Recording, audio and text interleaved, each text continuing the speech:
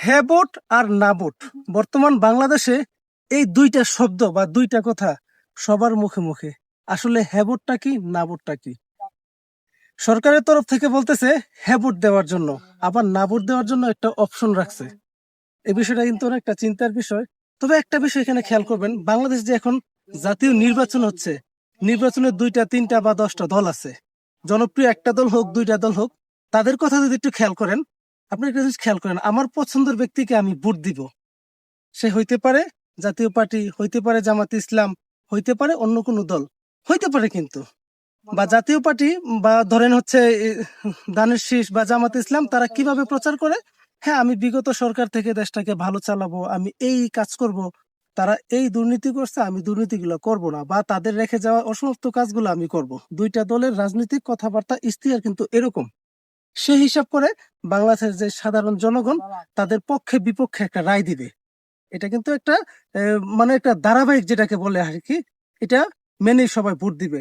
আমার পছন্দ হয়েছে, আমি বিএনপির রাজনৈতিক যত ইশতেহার আছে এগুলো আমি পছন্দ করি, বা হচ্ছে আমাদের এলাকার যে এমপি সাহেব আছে, যে অর্থাৎ বিএনপির পদপ্রার্থী বা জামাত ইসলামের পদপ্রার্থী, তাদেরকে আমি পছন্দ করি, সেই হিসাবে ভোট দিব। তাদের গুণ আছে, দোষও আছে, দোষ থাকলে পরিহার করব, গুণ থাকলে তাদেরকে ভোট দিব।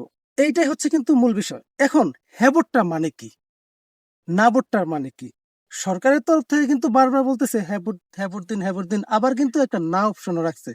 মানুষ অনেকটা বিভ্রান্তের মধ্যে পড়ে গেছে।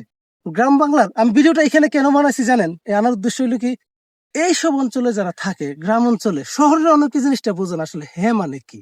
হ্যাঁ দিয়ে কি বোঝা যাচ্ছে? হ্যাঁতে ভোট দিলে দেশের কি হবে, লাভ হবে কি, ক্ষতি হবে কি? নাতে ভোট দিলে লাভ হবে কি, ক্ষতি হবে কি? কিন্তু সরকারের তরফ থেকে একতরফা বলতেছে কি, হ্যাঁতে ভোট দেন, হ্যাঁতে ভোট দেন। কিন্তু তারা কি পরিপূর্ণভাবে বিশ্লেষণ করে দিছে হ্যাঁতে ভোট দিলে এই উপকারটা হবে, হ্যাঁতে ভোট যদি না দেন এই ক্ষতিটা হবে? বলে নাই কিন্তু। এই গ্যাপটা রাখাটা উচিত হয় নাই। আমিও ব্যক্তিগতভাবে পরিপূর্ণভাবে এখনো বিশ্লেষণ দিতে পারি না যে হ্যাঁ দিলে কি হবে, না দিলে কি হবে, কারণ হ্যাঁ সাথে অনেকগুলো যুক্ত করে দিছে, মানে অনেকগুলা টপিক যুক্ত করে দিছে, না সাথে অনেকগুলা টপিক যুক্ত করে দিছে।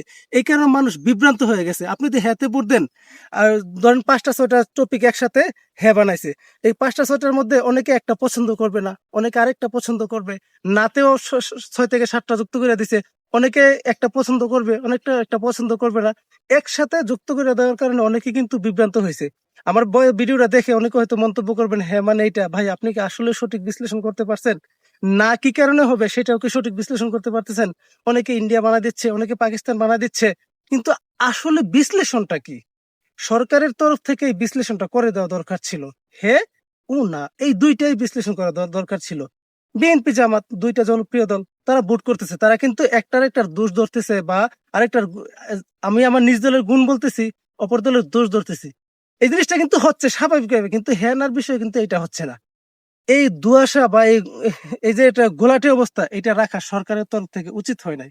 যেহেতু সরকার হ্যার পাশাপাশি নাও রাখছে, এটার বিশ্লেষণ করা দরকার, করে দেওয়া দরকার ছিল। গ্রামের অন্তত সাধারণ মানুষ এই বিশ্লেষণটা শুনলে তারা নিজেরাই নির্ধারণ করতে পারতো আসলে আমি কি হেতে দেব নাকি নাতে দেব।